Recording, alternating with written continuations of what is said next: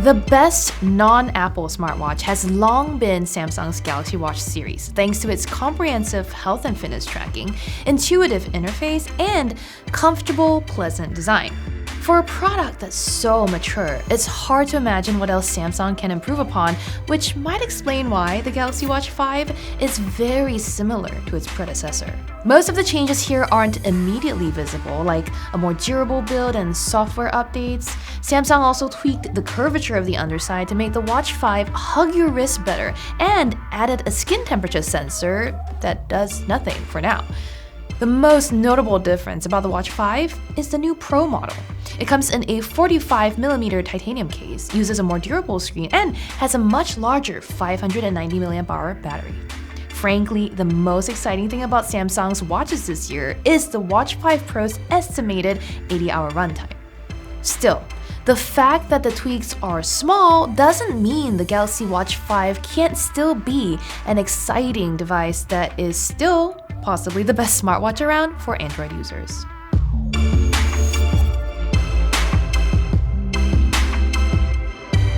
The Galaxy Watch 5 looks just like its predecessor and comes in the same 40mm and 44mm sizes as before. Both of them are just a few grams or less than a quarter ounce heavier than the previous generation, but it's barely noticeable. The lack of change isn't a bad thing. The Galaxy Watch's round face and minimalist design make it look more like a conventional timepiece than the Apple Watch. It's not immediately obvious, but Samsung used a more durable sapphire crystal glass for the Watch 5's screen. Like its predecessors, the Watch 5 is also rated IP68, 5 ATMs, and mil standard A10G for durability, which is water, dust, and pressure resistance. I wore it swimming recently, and though it wasn't as accurate as the Apple Watch at tracking laps, it at least survived. Those who liked Samsung's bezel-based navigation will appreciate the touch-sensitive ring framing the screen that you can use to scroll through the Wear OS interface, as well as the mild haptic feedback as you whiz past apps. I still prefer a physical rotating bezel, but I get that not everyone wants the added bulk. One of the main differences Samsung brought to the Watch 5 is the refined curvature of its underside.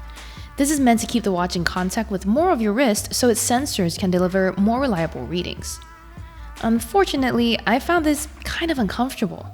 Both the Galaxy Watch 5 and Watch 5 Pro would leave round indentation marks on my wrist after I removed them, no matter how much I adjusted the fit. This was only mildly annoying, and I put up with it because I thought I was getting more reliable scans in return. But I realized that the Galaxy Watch 5 was consistently giving me almost exactly the same readings as the Apple Watch Series 7 that I wore on my other wrist, and the latter never felt as tight.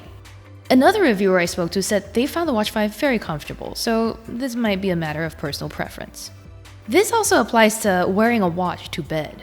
Some people don't mind it, others hate it. I belong in the latter camp, but I still wore the Galaxy Watch and Apple Watch to bed to compare their sleep tracking tools. As I've said before, Apple's system is atrocious. You have to either set a bedtime or enable your sleep focus before the device can tell you're asleep. Even then, it doesn't really actually know if you're awake or passed out. Meanwhile, Samsung can figure it out all on its own. One night I wore both watches to bed, making sure to know the time right before I flipped over and closed my eyes. The Galaxy Watch 5 accurately noted that I fell asleep around 1:30 a.m. and woke up at 4 a.m., while Apple simply told me I got a full night's rest from 11 p.m. to 9 a.m. The Galaxy Watch 5, like Fitbit's watches, will also use your heart rate information to gauge what sleep zones you hit and tell you how much time you've spent in REM, deep, or light sleep. Sleep tracking itself isn't new to the Galaxy Watch 5, but Samsung did add a sleep coaching tool that's meant to guide you towards better rest. However, it requires 5 weeknights and 2 weekend nights of data before any tips are generated, and I just haven't logged that many hours yet. Plus, my data would be skewed anyway. Anytime I wear any accessory to bed, I sleep horribly. This might be a useful feature, I just can't tell you right now. Another thing I can't evaluate at the moment is whether the skin temperature sensor that Samsung introduced on the Galaxy Watch 5 will be helpful, since it's not currently doing anything. There are plenty of potentially useful applications for that data though, so it will be interesting to see what the company is able to achieve with this. Samsung has also long been better than most Wear OS watches at monitoring your activity, and the Watch 5 is no different. When I was stuck at my desk for hours on end pounding out this review, it reminded me to get up and move. I've always appreciated that in addition to walking, Galaxy watches would also suggest movements you could perform at your desk, like torso twists or stretches. Even better, the device would be able to detect exactly how many twists you've done, something the Apple Watch and other Wear OS devices don't do. The flip side of that is that they're also hyperactive at noticing when you've paused and will not only suspend tracking, but will buzz you to let you know it's not counting the time while you stopped. Like, chill, Samsung! Besides the sleep coaching feature, not much is different between the Watch 4 and Watch 5 when it comes to software. You'll still be able to get a body composition reading using the built-in Body Impedance Analysis tool, or BIA. You can take ECG scans, reply to messages, control music playback, and more. The Watch 5 also uses the same 5nm Exynos processor as the older model, and for the most part, it was just as responsive. I only really had to wait when creating new watch faces or taking a body fat scan. Otherwise, everything happened the instant I tapped the screen. I actually forgot that this was a Wear OS device because the Watch 5 software still feels so much like Tizen. Besides swiping up and down from the home screen to pull up all apps and settings, the majority of the side swiping interface feels no different from Samsung's original OS. One thing I wish this Wear OS/Tizen mashup did better was displaying workout information. Apple uses a large, bold font that shows how long you've been working out, as well as your heart rate and calories burned. Samsung delivers similar information, but uses a font that's a lot thinner and smaller. When my Watch 5's screen was locked during my swim and I couldn't tap it, I couldn't see any info at all, and I had to unlock water mode mid-lap to bump up the brightness to the max. Even then, it was only slightly better. It's also worth noting that because they're typically secondary devices, a significant part of the smartwatch experience is interacting with its companion apps on your phone. In this case, you'll need to install the Galaxy Wearable app to set up your Watch 5 and Samsung Health to see details about your workouts and sleep sessions. In general, these apps were easy to use and navigate, and I found settings or health summaries quickly. Samsung also shows what cardio zones you're in during a workout or sleep session, and this information is only coming to watchOS 9 when it's publicly available later this year. I wore the Apple Watch Series 7 and the Galaxy Watch 5 on each wrist for a week, and every day they delivered almost exactly the same runtime. Both devices clocked slightly over a day before conking out, although enabling the always-on display caused the Watch 5 to drain noticeably faster. Both watches also recharged quickly, so I never had to wait longer than 30 minutes to get enough juice for half a day's wear.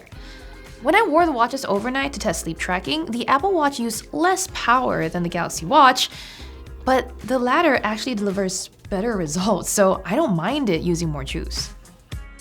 The Pro model of the Watch 5 typically lasted a few hours longer than the 40mm model with its always-on display enabled, and I got close to a day more juice with that setting turned off. Though Samsung markets the Watch 5 Pro as having been designed for the great outdoors, there's really little about it that makes it feel that way. The main difference in my experience is that the Pro is noticeably bulkier. I have fairly petite wrists, so the 45mm titanium case felt overwhelming. It also has a chunky frame around the screen where a rotating bezel might sit, although there is no actual mechanical spinner here. And while I like that the debuckle closure makes the Pro fit more securely, it adds to the general heft. Basically, compared to the Watch 5, the Pro feels like an ankle strap. That might not be a bad thing if you're a fan of oversized watches, and the bonus is that the Watch 5 Pro feels strong enough to withstand being smashed.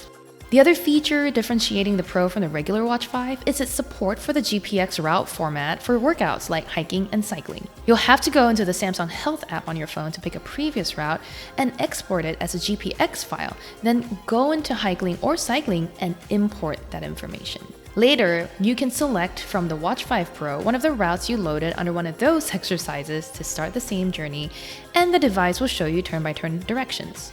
It's a little tricky to set up, but potentially helpful for those who are in a new place and want to try out a local route by downloading GPX files from databases.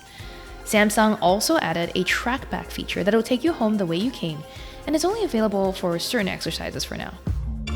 Even though most of the changes Samsung brought to the Watch 5 line are minimal, the fact remains that for Android users, this is the best smartwatch around. I might not like the refined curvature of the underside, but it does make for more reliable sensor readings.